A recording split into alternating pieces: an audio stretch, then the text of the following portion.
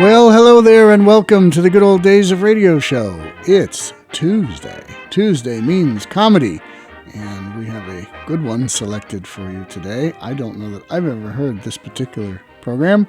I've heard the Fred Allen Show on many occasions. I love Fred Allen. I think he's another one of those great unsung heroes of comedy that most people today have never heard of. And so that's our job here at the Good Old Days Radio Show, to bring those comedians back and let people experience their humor. Fred Allen, I consider to be probably the greatest wit ever on radio. It was on for a long time. He had varying shows. He had a half-hour show, then he had a full-hour show, then he went back to a half-hour show. Anyway, he was always developing new forms of humor. Fred Allen never translated well to television.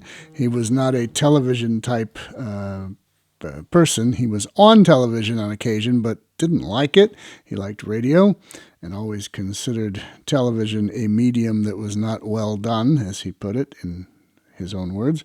This particular show is from January 20th, 1946. NBC Network, sponsored by Blue Bonnet Margarine. Do they still make that evil stuff?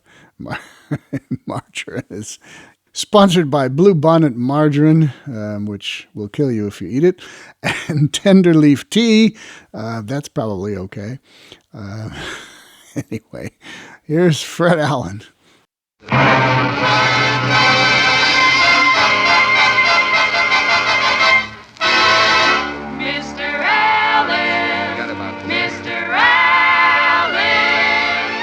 It isn't the mayor of Anaheim, Azusa, and Cucamonga, kids.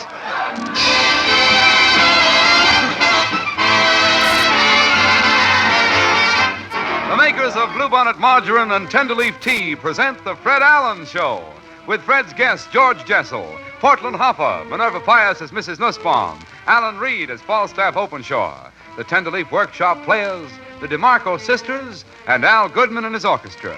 And if you wonder who Senator Claghorn is, my name is Kenny Delmar.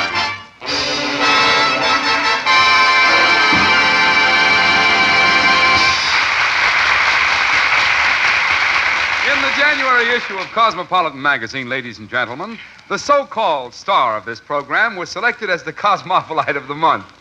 He's been called about everything else, but this month he's a Cosmopolite. And here he is, Fred Allen. Thank you.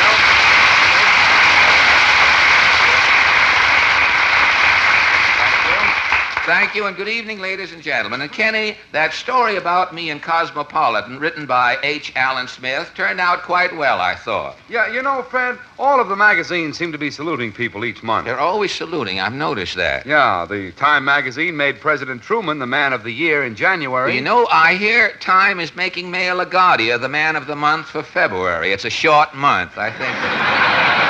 The other magazines are still going full blast. The Hobo News is making Jack Benny the Tramp of the Month. Pick is picking the Punk of the Month. And the Poultry Journal may be... Mr. Allen! Well, Portland.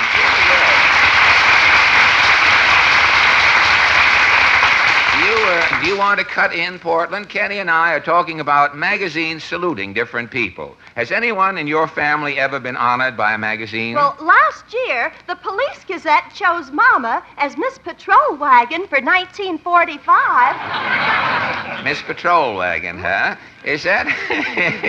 I'll laugh at it. At least you got me Is that a camp stool you have with you there? It's for Mama. She's standing in line. Standing in line for what? Mama doesn't know whether she's going to see the picture at the Roxy, get a ticket for Florida, or end up with a pair of nylons. She doesn't know? Mama just saw a long line and got in it. Oh, well, that's the trouble with the country today, Portland. Half of the people are standing in line to buy things. The other half is standing in line picketing. But aren't you... Now, please.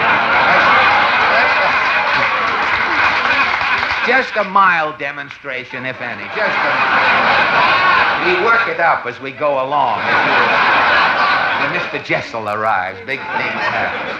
But tell me, aren't you, Portland? Aren't you cold with those liquid stockings on? No, I always mix in a little antifreeze. Oh, with the... There's only one trouble with liquid stockings in the winter. If it gets hot all of a sudden, you've got a shoe full of stocking. You never can tell. Last week, Mama drank some liquid stockings by mistake. Drank some? Didn't it bother her? For 2 days, she hiccuped Bobby socks. Oh, she did. I know a man who drank a whole bottle of liquid stockings accidentally. Was he sick? No, but he had to swallow a garter to hold his stomach up.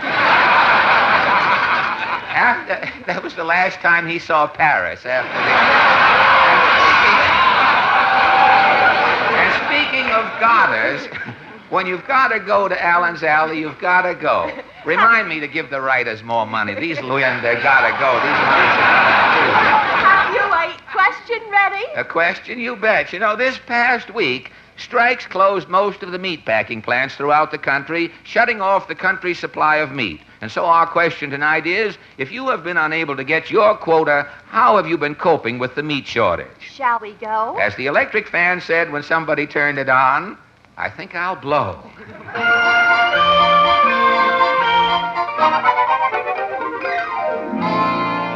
Well, here we are back in Allen's Alley, Portland. I guess the senator's home all right. His bullwhip is coiled up on the front step there. Somebody, I say, somebody knock. Now look, Senator. Claghorn's the name, Senator Claghorn. I know your name. You're from the South. I'm a ding-dong daddy from Dallas. You're a... Yeah, on the radio, I'll never listen to thanks to the Yanks. Now, wait a minute. I'll speak up, son. What's on your mind? Well, if I only... Go ahead and talk, Well, son. all I'm trying to do is... Well, the war's over, son. Today, loose lips ain't sinking ships. I'm just trying to get a word in. Hey, open your mouth, son. I've heard more conversation coming out of a knothole. Knothole, that is. You're winded, hey? Only momentarily, son. Good. Now, I'll get in here. What about this meat strike? I brought it up in the house. Pay attention now, son. I heard Claire Luce talk. Loose talk, that's a joke, son. I know it's a joke. It's not very good either. Carolina cackle. I don't care. That was a Birmingham belly buster. Now, wait a minute. You should be yucking, you ain't even smirking. I don't even get a chance to smirk. Hold up, son, you don't get it. You're from back country. Now, look, Senator, what about this meat problem? Well, the nation's capital will have plenty of meat for everybody. Well, where is Washington going to get this meat? Son, there's 130 million Americans. Yes? And today, every American is sending his beef to Washington. So long, son.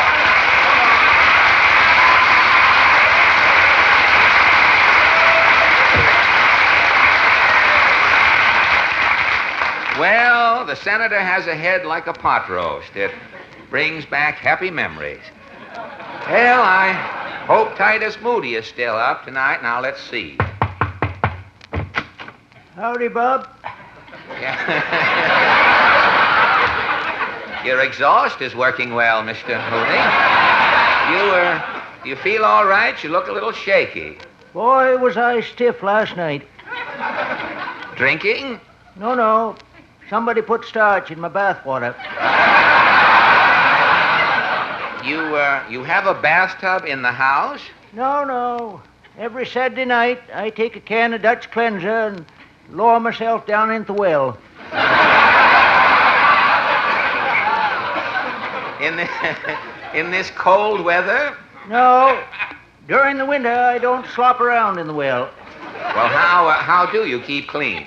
Once a week, I go over myself with a racer and a whisk broom. Fine. Well, how about the meat shortage? Oh, that don't bother me none. I'm a vegetarian. Well, haven't you ever tasted meat? Only once. That cured me. What happened? About 20 years ago, a city fella come around selling rabbits. And you bought one? Yeah. He give me the rinky-dink. The old R.D., hey? Yeah. Well, how do you mean? He was dishonest. Dishonest, huh? Looked like a rabbit, cooked like a rabbit, tasted like a rabbit. What makes you think it wasn't? Well, for 2 weeks after I ate the rabbit, Yes? every time I smelled catnip, I turned a somersault. So long, Doc.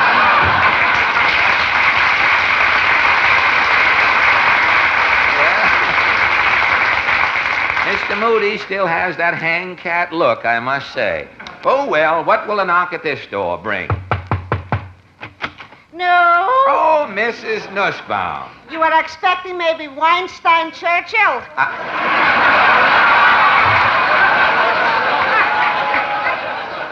Tell me, Mrs. N., has the meat strike bothered you? I am in a dilemma. Dilemma? There is such a word. Oh, yes. Yes, dilemma is a word. You might have read it someplace. I'm only reading broken English. Oh. As I am speaking, so I am reading. Oh, fine. Why be deceitful? Who am I fooling? Well, I see your point, yes. I agree with you thoroughly. But what about the meat shortage? Confidentially, we are having well in hand the situation. You had some old meat stored up, did you? Oh, no. Mine husband, Pierre, is buying a goat. A second-hand Billy. A second-hand. A used goat. A live goat? The first night we are locking him in the clothes closet. I see. During the night, the goat is eating the backs off of 3 of Pierre's union suits. Oh, gosh.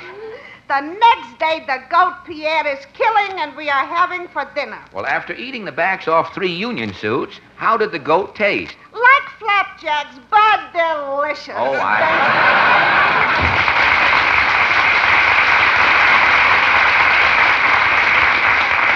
And that brings us to the little vine-covered shanty at the end of the alley. A knock here should certainly start something.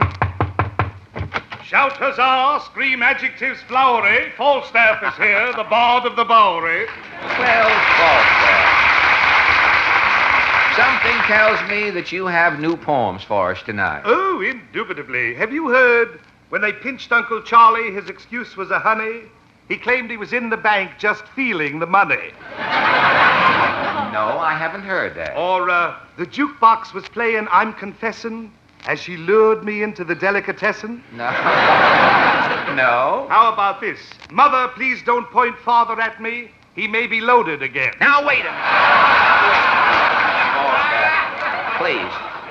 Tonight we are simply discussing the meat strike. Precisely why I am here. I would bark some doggerel. Well, what is your meat poem called? Joy reigns supreme in the stockyards. Uh-huh. How does it go? Joy reigns supreme in the stockyards when the meat strike was called through the nation. The cattle doomed to die in their pens gave the news tremendous ovation. A little ram frisked with his ewe. A Holstein kissed one of the steers. A big shaggy heifer danced round like a zephyr. A brindled cow mooed out 3 cheers. Yes, joy reigned supreme in the stockyards. Chicago's ne'er seen such a sight. A jubilant ox jumped up on a box and yelled, "Ah, there's good news tonight." Thank you, Falstaff. And as Bard Openshaw skulks to the wings, we turn to our melodic misses, the 5 DeMarco sisters. Tonight, accompanied by Al Goodman and his Poor Man's Philharmonic, the DeMarcos sing Hubba Hubba from the new picture Doll Face.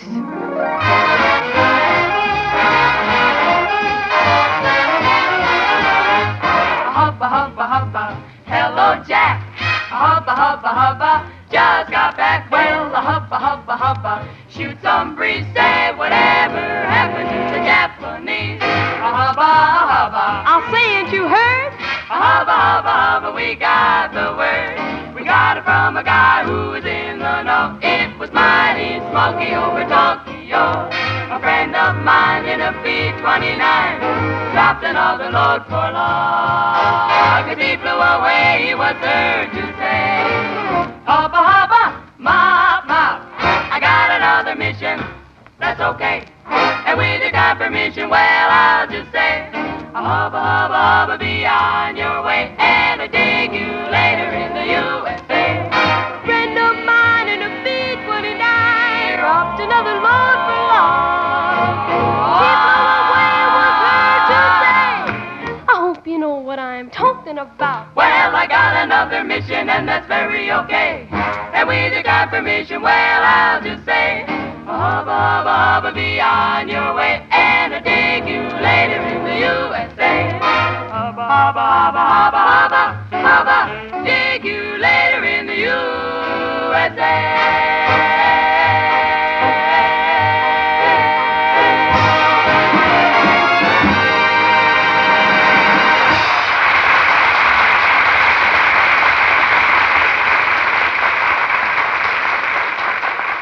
And now, a helpful hint about the family table. Whatever concerns the family table is important to us all, and here's a good example.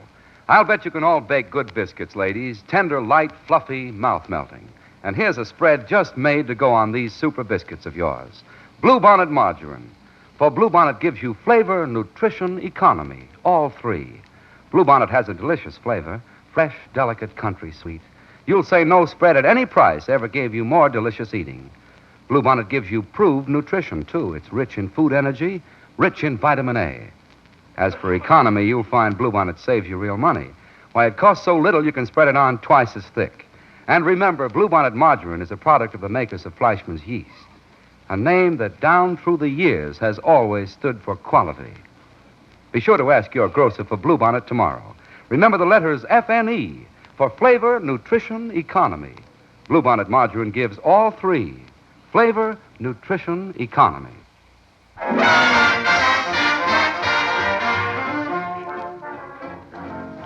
That was just a few flakes from Let It Snow, played by Maestro Al Goodman and his Racing Form Rhythm Boys. Say, yes, Portland? Shall I pile these letters here? If you will, please. Those are the last of the Jack Benny contest letters. I've been up 3 nights reading them. You know, I'm one of the judges. And speaking of letters, Portland reminds me, could you get your pencil, please? I want to dictate a letter. I'm all ready. You're ready? We'll take this down. Mr. George Jessel, 20th Century Fox Studios. Dear Mr. Jessel, you are a rat, capital R. Signed, yours sincerely, Fred Allen. Get that off instantly. Well, I thought you and Georgie were friends. I'll never speak to Jessel again unless I happen to get a wrong number. Gosh, what happened? Well, last week, Mr. Jessel was here in New York. You know, he's a big producer for 20th Century Fox Pictures now, and I received a note saying that Mr. Jessel wanted to see me. So I got all dressed up, got my cane out of Simpson's, and started for Mr. Jessel's office.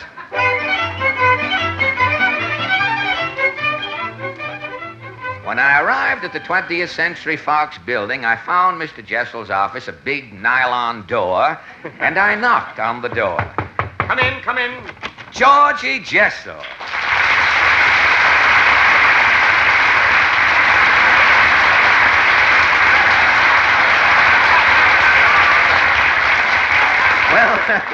Well, Georgie. Excuse me, Fred, I'm on the phone at the moment. Hello, Lidget's Drugstore. This is Georgie Jessel speaking. I want 6 boxcars of Bromo Seltzer sent out to my studio in Hollywood right away. Okay.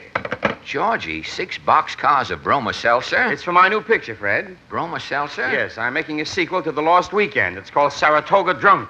Oh. Laugh, son. What's the matter with you? Saratoga Drunk sounds like a great picture. Well, it's a new idea, Fred. An elephant drinks too much and sees 200 pink saboos. 200? Only in Hollywood could you possibly pick up 200 pink saboos. And Hollywood, I must say, has surely changed you, Georgie. Those clothes you have on. Oh, well, this is my working suit, Fred. The shirt happens to have a pink dickie, but nobody notices. No. A mink? It's mink, isn't it? It isn't pink. It's a mink dickie. That's right. And it goes well. That's right. Goes well. It says pink here, but I'll say mink anyway. It goes well with that fur mandarin coat you have on. Yes, this is genuine grizzly bear.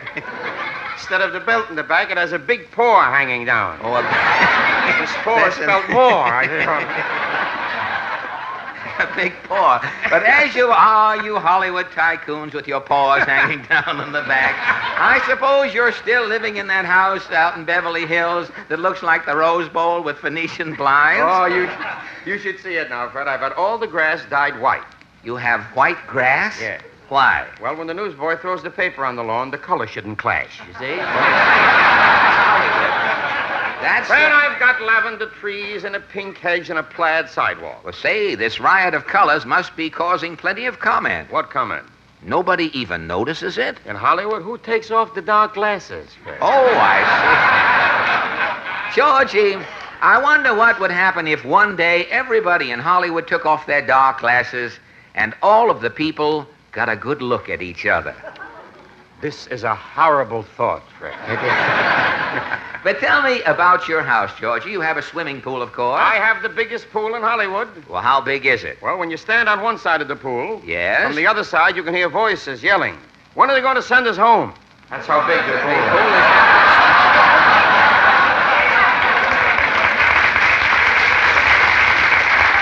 Well, you're a great success, Georgie. I saw your last picture of the Dolly Sisters. It was swell. Well, what I did for the Dolly Sisters, Fred, I can do for you. As a matter of fact, that's why I sent for you. Really? I want to produce a story of your life. The story of my life? Yes, it'll be bigger than Darryl Zanuck's Leave It to Heaven. I had to get it in. They made But me. Georgie, I know they have a big whip out there when you leave on the plane.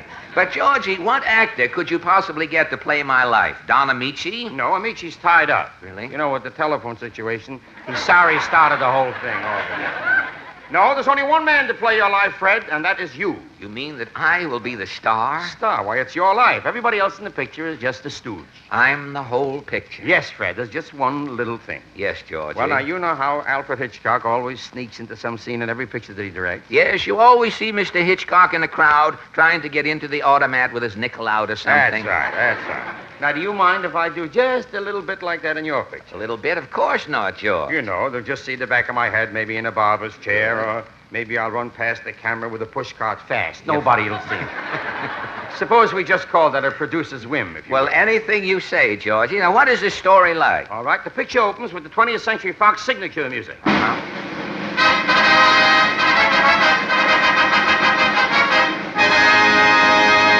George Jessel presents The Life of Fred Allen. starring Fred Allen. Say, that's wonderful, Georgie. Now what happened? Now, as the story opens, Fred, you are 4 years old. Now, wait a minute. How can I play a 4-year-old kid? Fred, our makeup man can do anything, really. But I'm 6 feet tall. How can I be a kid? You play the whole first scene on your knees. On my knees. Yeah, we'll glue some shoes on your kneecaps, and nobody'll know the difference. Well, if I walk on my knees, my arms will be dragging on the ground. All right, so we'll double up your arms, stick little false fingers on your elbows.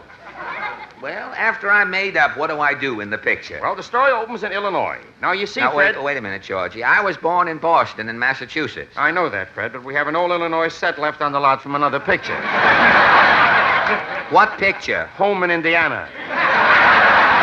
Home in Indiana. Now, Fred, if you're going to question every little No, you're the detail- producer, Georgie. Go All on. right, all right. The picture opens. It is morning.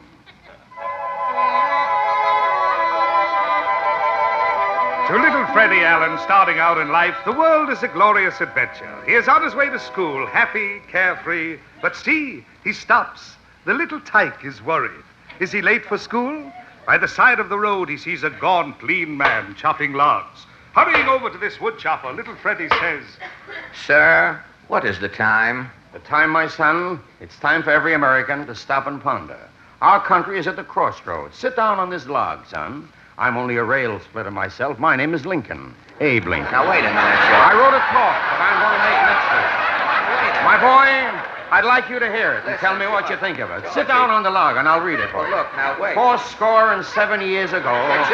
our fathers brought forth on Wait a this minute. continent a new nation. Now, look, conceived George. in liberty and dedicated to the proposition. Now, of wait a all minute. men Now, and now, women. wait a minute. Wait a minute. Now, Okay. stop the music. Stop the music. Now, what's the matter, Fred? What's wrong? What's wrong? Yeah. This is supposed to be the life of Fred Allen. It starts out the whole thing is Abraham Lincoln. Now, Fred, who is sitting there on the log listening to Abraham Lincoln? You. Now, the way the camera said, whose face is the audience? See, yours. And I want to tell you something. You were great. I was great. Yes. I didn't do anything. You don't understand pictures, Fred. Well, look, you see? Now, do you realize what America owes you? If you hadn't let Lincoln try out his Gettysburg Address on you, he might have gotten discouraged and torn up the whole business. Well, Can't you hear people saying, why, if it wasn't for little Fred Allen, the Civil War might still be going on? Now, but George, If I was 4 years old when Lincoln was a rail splitter, today I'd be 125 years of age. Who cares about such things in pictures? Maybe a couple of history professors who are sitting in the balcony, that's all. Or Joel Kupperman. Now, pay no attention to it. Just wait till you see this next scene. Am I in it? Am I in it? He says, am I in it? It's all you, Fred. You're a young man, but you have taken to drink. Drink? Yes, you're living in Albany. It's apple country, and you're a cider fiend. I'm full of cider, huh? Yes, you're full of cider. Now you have to make a decision. What will it be? Cider or success? As the scene opens, it's the waterfront. The camera's on a jug of cider in your hand. It's clutching that jug. Will young Fred Allen be picked up by Cider Anonymous? See, he awakens, still in a stupor. He staggers up to a man standing next to a boat on the dock. Allen speaks. Mister, what day is this? What day is this, young man? Today is a new day in American navigation. My name is Fulton, Robert Fulton. Now, wait a minute. In a few minutes, Now, wait a minute. I'm testing my steamboat, the Clermont. That's why this crowd is here right now. Speak. Folks, in a minute you'll see a miracle, a boat driven by steam. Fulton's falling. All right, laugh, you fools, but I'll show you. I told you my boat would go today. I'll steam down the river. Steam's up, Mr. Fulton, steam's up. All right, cast those ropes and start the engine. Watch my steam. Jeepers, the Clermont's moving. I told you it would. Anchors away. Now, wait a minute. Stop the Clermont. Stop the music. Georgie, wait a minute. Now, what's the matter, Fred? What? Matter? This is the story of my life. I'm already 25 years old, and so far in my whole life I have spoken twice. I have asked 2 questions. Fred, you don't understand pictures. I don't understand pictures, but Georgie, if I only had some lines to say, at least I could pull the whistle on the boat. A star pulls whistles on a boat? But what is Robert Fulton? Look, you don't get the significance, Fred. I did something again? Certainly you did. You see, when Fulton faced that mob of scoffers, he was about to give up. But he saw in the crowd one face that encouraged him. The camera closes in. This face that he saw, this is yours. You mean that I'm there on the dock? Why, if it wasn't for you today, there would be no Fulton Fish Market.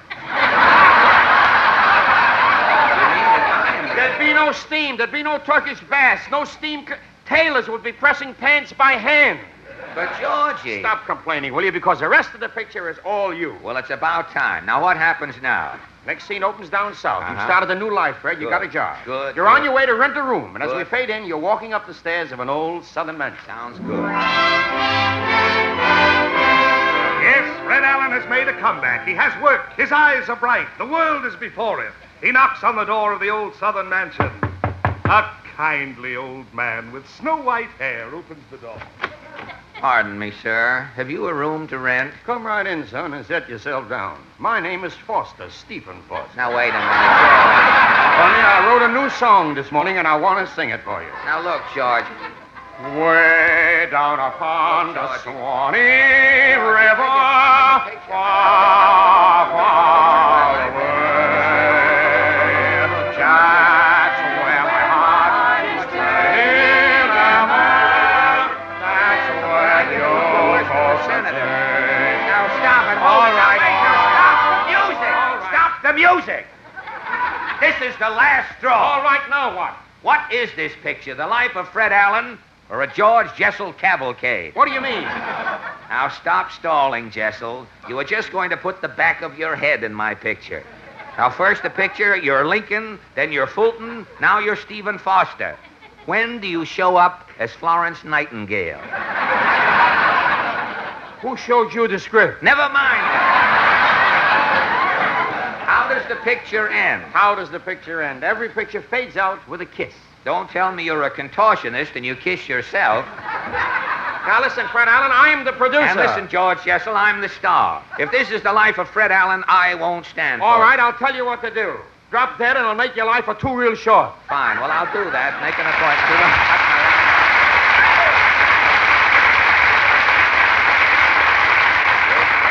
And now, Kenny, with a short talk on the American woman. Ever since Priscilla married John Alden, the fame of the American woman has been growing. In spirit, beauty, and ability, she leads the world today. At home, above all, she is practical, especially about shopping. That's why she buys Tenderleaf T-balls in preference to all others. They are the largest selling T-balls in America because they are better in every way. In daily use with meals or between, they provide finer, richer, more delicious tea. It's famous for flavored Tenderleaf brand tea in tasteless filter paper packets. The crisp white filter paper is pleasant to see, inviting, and dainty to handle. It's entirely insoluble, so your tea is filtered as it's being made. No specks in your cup, nothing but tea goodness and a world of quick comfort. When you want quick comfort, get it this easy way. 1 Tenderleaf T-ball in your cup with boiling water added. Yes, for every good, practical reason, ask your grocer for Tenderleaf brand T-ball. Thank you, Kenny. And now, before we stack up the Tenderleaf tea and put the Bluebonnet margarine back in the icebox, I want to thank Georgie Jessel for joining us tonight. And don't forget, ladies and gentlemen, next Sunday night, the Fred Allen Show brings you comedy. Drama. But, Henrietta, you're too young to die. Oh, yeah, hand me that peroxide. And our guest will be... That writer of hit tunes, Johnny Mercer. Thank you, and good night. This is NBC, the National Broadcasting Company.